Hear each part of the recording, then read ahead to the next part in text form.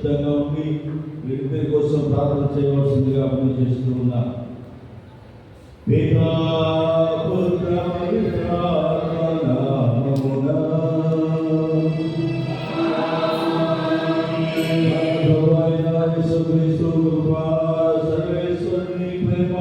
పవిత్ర సహవాసం మీ అందరితో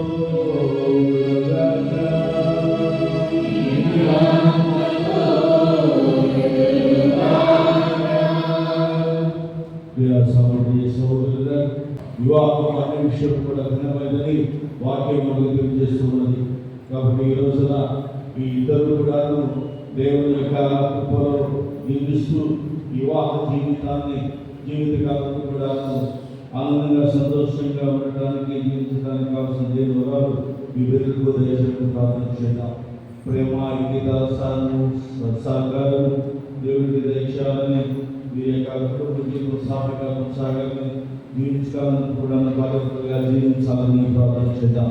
ఇది యెహోవా యొక్క అవును కానీ కాదని చెప్పడానికి ముందు పాటు వాళ్ళు దేవుడు జరుగుతున్న చట్టలు మానవాళ్ళు వేరుపడి ప్రార్థన యొక్క వాక్యాంశాలు మీరు జీవించాలని ప్రత్యేకంగా పూజలు ప్రార్థన చేద్దాం. ఈ పూజలు వచ్చే 7 గంటలకు మనం చేసినటువంటి పాపములు దేవుడు ఒప్పుకున్నాము.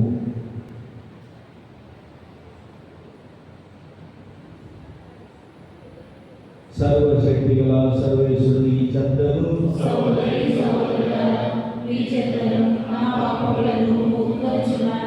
ఏదైనా తలపు చేతను వాక్కు చేతను క్రియ చేతను అశ్రద్ధ చేతను బహు పాపములు చేసి ఇది నా నమ్మకపు అందుచేత నిత్య కన్యకైన పరిశుద్ధ మరియమ్మను సకల దూతలను ప్రీతులను సహోదరులారా మిమ్మల్ని నా కొరకు మన ప్రభువైన సర్వేశ్వరుని ప్రార్థింపవలెనని బ్రతిమాలుకొనుచున్నాము. సర్వశక్తి గల సర్వేశ్వరుడు మన దయచూపి మన పాపములను మన్నించి మట్టి జబ్బులు తెలుసును గాక. ఆమేన్. ప్రభువా దయచూపుము, క్రీస్తువా దయచూపుము, ప్రభువా దయచూపుము.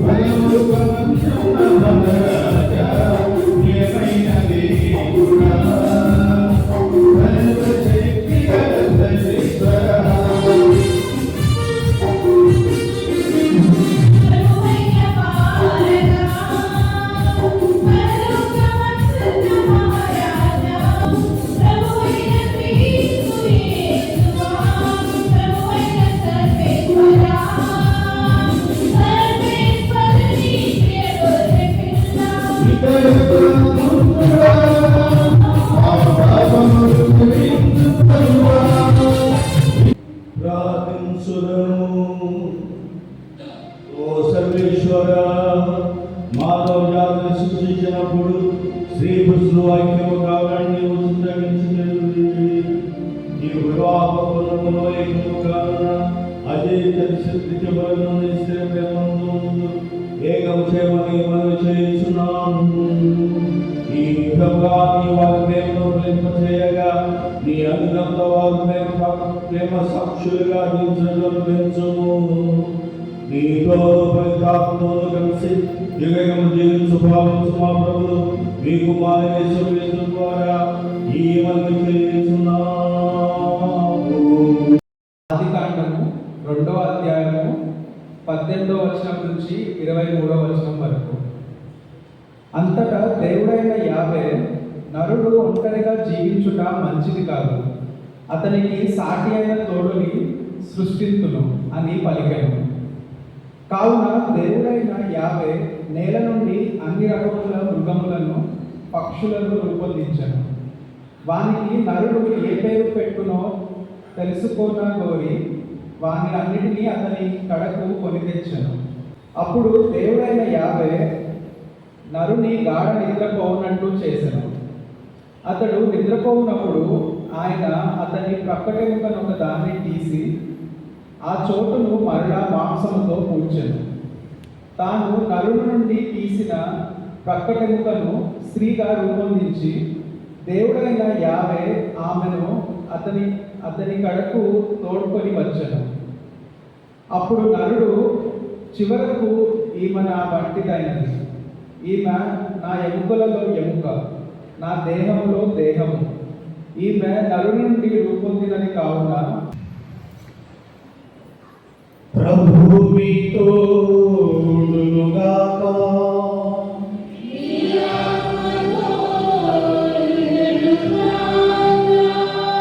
పునీత యోహాను గారు రాసిన పవిత్ర సువిశేషములోని భాగము.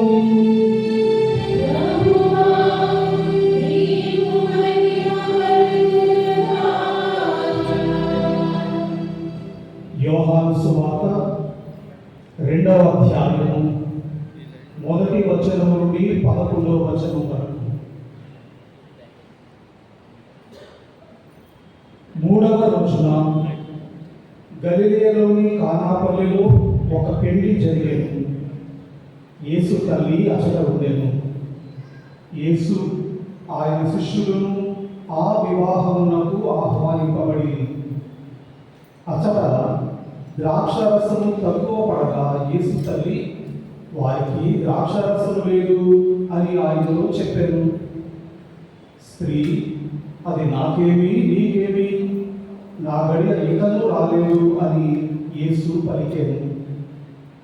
ఆయన తల్లి సేవకులతో ఆయన చెప్పినట్లు చేయుడు అనేను. యూదుల ఆచారం ప్రకారము శుద్ధీకరణకై అక్కడ 6 రాతి బాణలు ఉండెను. ఒక్కొక్క బాణలో 2-3 కడవల నీరు పట్టును. ఆ బాణలను నీటితో నింపుడు అని యేసు వారికి చెప్పెను. అట్లే వారు వారిని అంచుల వరకు నింపిరి. అంతటా ఆయన, ఇప్పుడు మీరు విందు పెద్ద యొద్దకు కొంచెం ఉంచుకొని పొండు అని చెప్పగా వారు అట్లే తీసుకొని పోయింది. బిందు నడిపడి పెద్ద ద్రాక్షారసముగా మారిన ఆ నీటిని రుచి చూచెను. అది ఎక్కడ నుండి వచ్చానో అతనికి తెలియదు. ఆ నీరు తెచ్చిన సేవకులకు మాత్రం అది తెలియను.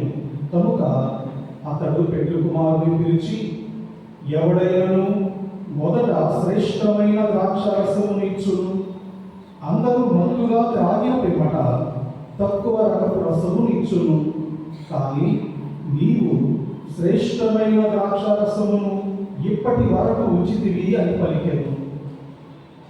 ఈ విధముగా యేసు గలిలయలోని కానాను పల్లెలో తన మొదటి అద్భుత చిహ్నమును ప్రదర్శించి తన మహిమను వెల్లడి చేశాను.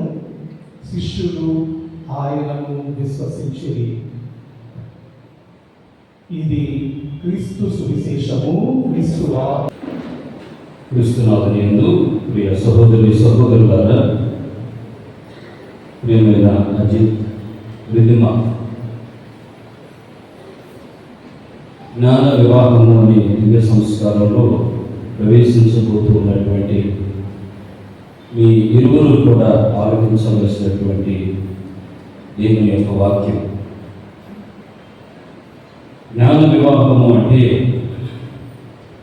దంపతులు సన్మార్గమును నడుచుటకును బిడ్డలను పుణ్య మార్గములు నడిపించుటకును దేవవర ప్రసాదములు నిచ్చడి దివ్య సంస్కారాలని జ్ఞాన వివాహం గురించి మనం నేర్చుకుందాం. వివాహము అన్నటువంటి పదం ఒక్కొక్క అక్షరాన్ని విడదీసి దాని అర్థాన్ని తెలుసుకుంటే, వి అంటే విడిపోకుండా, వా అంటే వార్ధక్యం వరకు, హ అంటే హత్తుకొని, ము అంటే ముడివేయబడటం వివాహం. విడిపోకుండా చెట్ట చివరి వరకు హత్తుకుని ముడివేయబడేదే వివాహం. ఒక గృహస్థ స్త్రీ సభగా మీరు మరి కొద్దిసేపట్లో తల్లి తిరుసభలోకి ప్రవేశించబోతూ ఉన్నారు. తల్లి తిరుసభకు సూక్ష్మమైనటువంటి రూపం గృహస్థ శ్రీ సభ.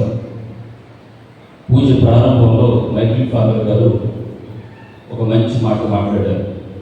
ఇది దేవుని ఏర్పాటు, ఇది శ్రీ సభ ఏర్పాటు.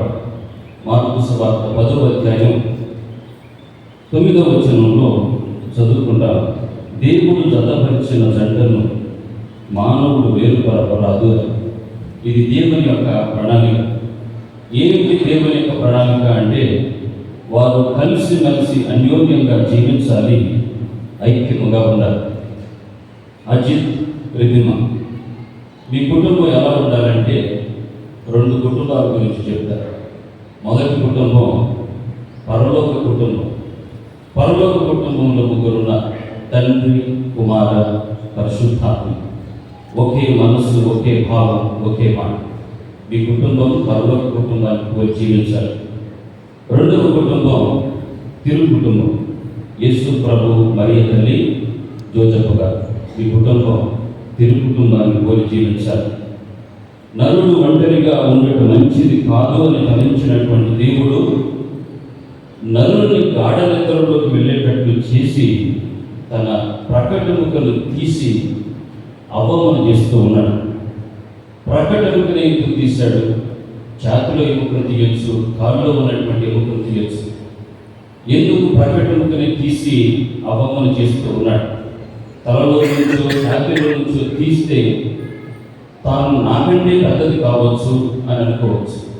కాళ్ళలో నుంచి తీస్తే ఒకవేళ తాను నాకంటే చిన్నది అనుకోవచ్చు. కాబట్టి ప్రకటనగా తీశాడు అని అంటే వీరిద్దరూ కూడా సరి సమానులుగా ఉండాలి. ఆయన యజమానిగా ఉంటే నువ్వు యజమానురాలుగా ఉండాలి. నువ్వు సేవకుడు అయితే ఆమె సేవకురాలుగా ఉండాలి. అందుకే హెబ్రీయులకు రాయబడినటువంటి లేఖలో 13వ అధ్యాయం 4వ వచనంలో వివాహం అందరి చేత గౌరవింపబడవలను, వివాహము నిష్కల్మషమైనదిగా ఉండవలను అని ప్రభు చెబుతున్నాడు.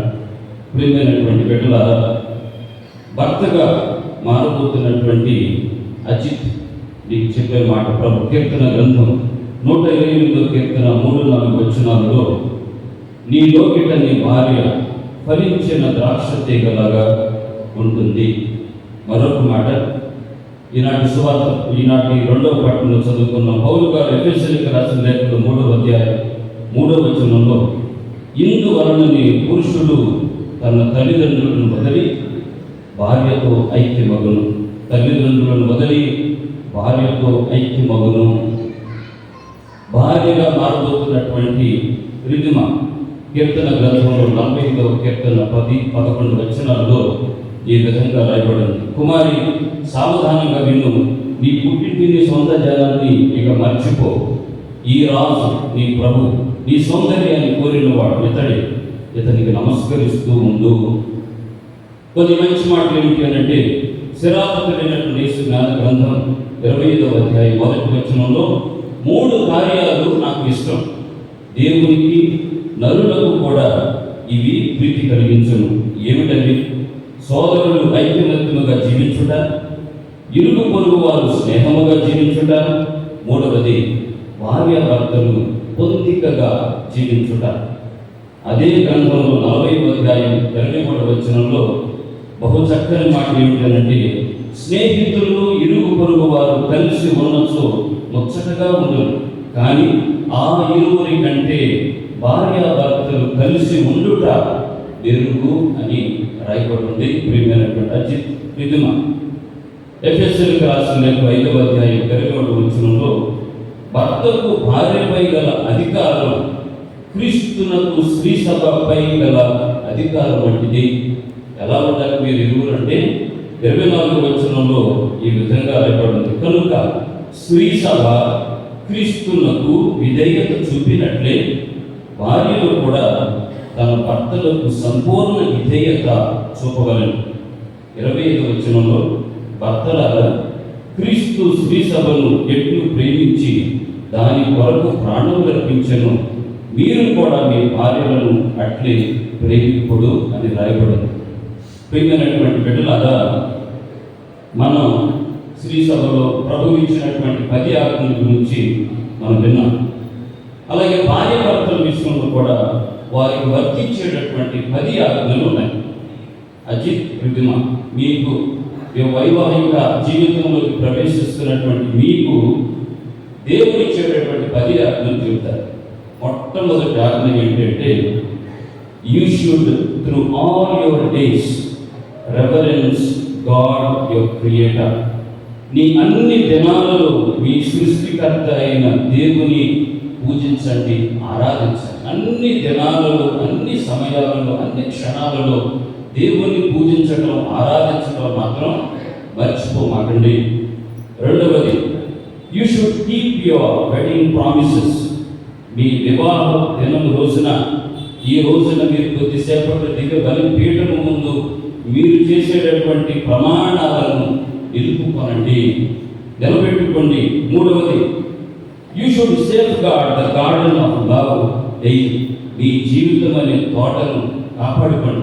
ఎలాగైతే తోటమాలి మొక్కలు పెంచుతూ ఉన్నప్పుడు అవి సరిగ్గా లేనప్పుడు ఎలాగైతే కత్తిరిస్తాడో, ఎలాగైతే మొక్క ఎదగనప్పుడు పాలు చేసి ఎరువు వేసి నీరు పోసి అది బ్రతికేలా చేస్తాడో, మీ కుటుంబమైనటువంటి తోటను ఎప్పటికప్పుడు కాపాడుకునే ప్రయత్నం మీరు చేయండి.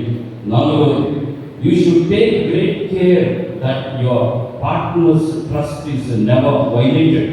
మీ భాగస్వామి యొక్క నమ్మకాన్ని ఎప్పుడు కూడా వమ్ము చేయమాకండి. ఐదవది, share all your feelings, emotions with each other. మీ భావాలను, అభిప్రాయాలను, సమస్యలను రహస్యంగా, గోప్యంగా ఉంచుకోకుండా ఇద్దరు కూడా పాల్పంచుకోవడానికి ప్రయత్నం చేయండి. ఆరవది, you should always respect each other as an individual. మీరు పరస్పర ఒకరినొకరు గౌరవించుకోండి. ఏడవది, యూ షుడ్ నాట్ ఎక్స్పెక్ట్ పర్ఫెక్షన్ ఆఫ్ ఈచ్ అదర్. మీ భాగస్వామి నుండి పరిపూర్ణతను ఆశించకండి. లోటుపాట్లు అంటే అంగీకరించుకొని సరి చేసుకునేటటువంటి ప్రయత్నం చేయండి. ఎనిమిదవది, you should not forget that discipline gives beauty to your family. అందరూ ఏమిటంటే డిసిప్లిన్, క్రమశిక్షణ నీ కుటుంబానికి అందాన్ని ఇస్తుంది. తొమ్మిదవది, you should not disrespect your partner's dear ones. మీ భాగస్వామి యొక్క కుటుంబ సభ్యులను కానీ, బంధువులను కానీ ఏ సమయంలోనైనా కించిత్తైనా అగౌరవపరచకుండా ఎప్పుడు కూడా గౌరవిస్తూ ఉండే ప్రయత్నం చేయండి. ఇక చివరిది, you should not shun your responsibilities. మీ బాధ్యతలను ఎప్పుడు కూడా విస్మరించమాకండి. ఒక భార్యగా నీ బాధ్యత, ఒక భర్తగా నీ బాధ్యతను ఎప్పుడు కూడా మీరు విస్మరించమాకండి. ఏమిటి దేవుడు ఇచ్చేటటువంటి బాధ్యతలు మీకంటే, మొదటి బాధ్యత భార్య భర్తలుగా ఉండేటటువంటి బాధ్యత. రెండవది, మీరు బిడ్డలుగా మీ తల్లిదండ్రుల ఎడల మీకు ఉన్నటువంటి బాధ్యత. మూడవది, మీరు తల్లిదండ్రులుగా మీ బిడ్డల ఎడల మీకు ఉన్నటువంటి బాధ్యతను ఎప్పుడు కూడా మర్చిపోమాకండి. సామెతలు ఎన్నో వింటాం. Marriages are made in heaven అంటారు. పెళ్ళంటే 100 ఏళ్ల పంట అని అంటా ఉంటాం. వీటన్నిటిని కూడా విని మీ జీవితాన్ని కూడా 100 ఏళ్ల పంటలకు చేసుకోవాలని నా ప్రార్థన. మీ యొక్క కుటుంబ జీవితం, వైవాహిక జీవితం ఎలా ఉండాలంటే, పిల్లికి ఎలుకకు మధ్య సంబంధం కాదు, జాలరికి చేపకి మధ్య బంధం కాదు, చేపకు నీటికి ఉన్న బంధం. చేప నీరు లేకపోతే బ్రతకలేదు. కాబట్టి అజిత్, ఈనాటి నుంచి నీవు ఆమె లేకుండా నీవు బ్రతకలేను అన్నట్లుగా ఉండాలి. విధిమ, నీవు కూడా ఈనాటి నుంచి అజిత్ లేకపోతే నేను బ్రతకలేను అన్నట్లుగా ఉండాలి. జీవితంలో కష్టాలు, సమస్యలు ఎన్నో వస్తూ ఉంటాయి. చివరిగా, పాలు అంటే మిల్క్. పాలు ఒకసారి దేవుడి దగ్గరికి వెళ్ళి అడుగుతుందంట, దేవుడా ఈ ప్రజలేటయ్యా నన్ను, నేను ఆవు దగ్గర నుంచో గేదె దగ్గర నుంచో వస్తున్నప్పుడు బాగా ఫ్రెష్గా తాజాగా ఉంటున్నాను. వీళ్ళు నన్ను గిన్నెలో పెట్టి కాస్తున్నారు, వడపోతున్నారు, టీ అంటున్నారు, కాఫీ అంటున్నారు. నాకు అసలు బాగాలేదు, నేను ఎట్టొచ్చిన అట్టగే ఉండాలి అన్నయ్య పాపం. అప్పుడు దేవుడు అన్నాడట, నువ్వు పాలులాగే ఉన్నావు అనుకో, ఒక్కరోజులోనే అయిపోతుంది. నీకు సాయంత్రకాలం ఏమవుతావు, ఇరిగిపోతావు. అదే నేను కాశారనుకో, తోడు పెట్టారనుకో, నువ్వు 2 రోజులు ఉంటాడు. అదే మజ్జిగ తీసారు అనుకో 3 రోజులు ఉంటాడు. అదే నేను చీకారు అనుకో వెన్నతో ఒక 6 రోజులు ఉంటాడు. అదే నేను నిన్ను వెన్నగా ఉన్న నిన్ను కాస్తే నెయ్యి అవుతావు, నెలల తరబడి ఉంటావు. అదే నెయ్యిని దీపంలో వేసి దీపంగా పెట్టి నా దగ్గర వెలుగుగా తయారవుతావు. ఒక్క రోజులో పోతావా, లేకపోతే నెలల తరబడి ఎక్కువ కాలం ఉంటావంటే పాలు సమాధానం చెప్పారు. ఓహో, ఇన్ని శ్రమలు పడితే కానీ నేను ఎక్కువ కాలం ఉండలేదు. ప్రియమైనటువంటి జీవితంలో కష్టాలు శ్రమలు వస్తూ ఉంటాయి. ప్రభుతో పోల్చుకోండి. యేసయ్య పడినటువంటి శ్రమల ఫలితం ప్రభు దేవుని దగ్గర నుంచి గొప్ప బహుమానాన్ని పొందుకున్నాడు.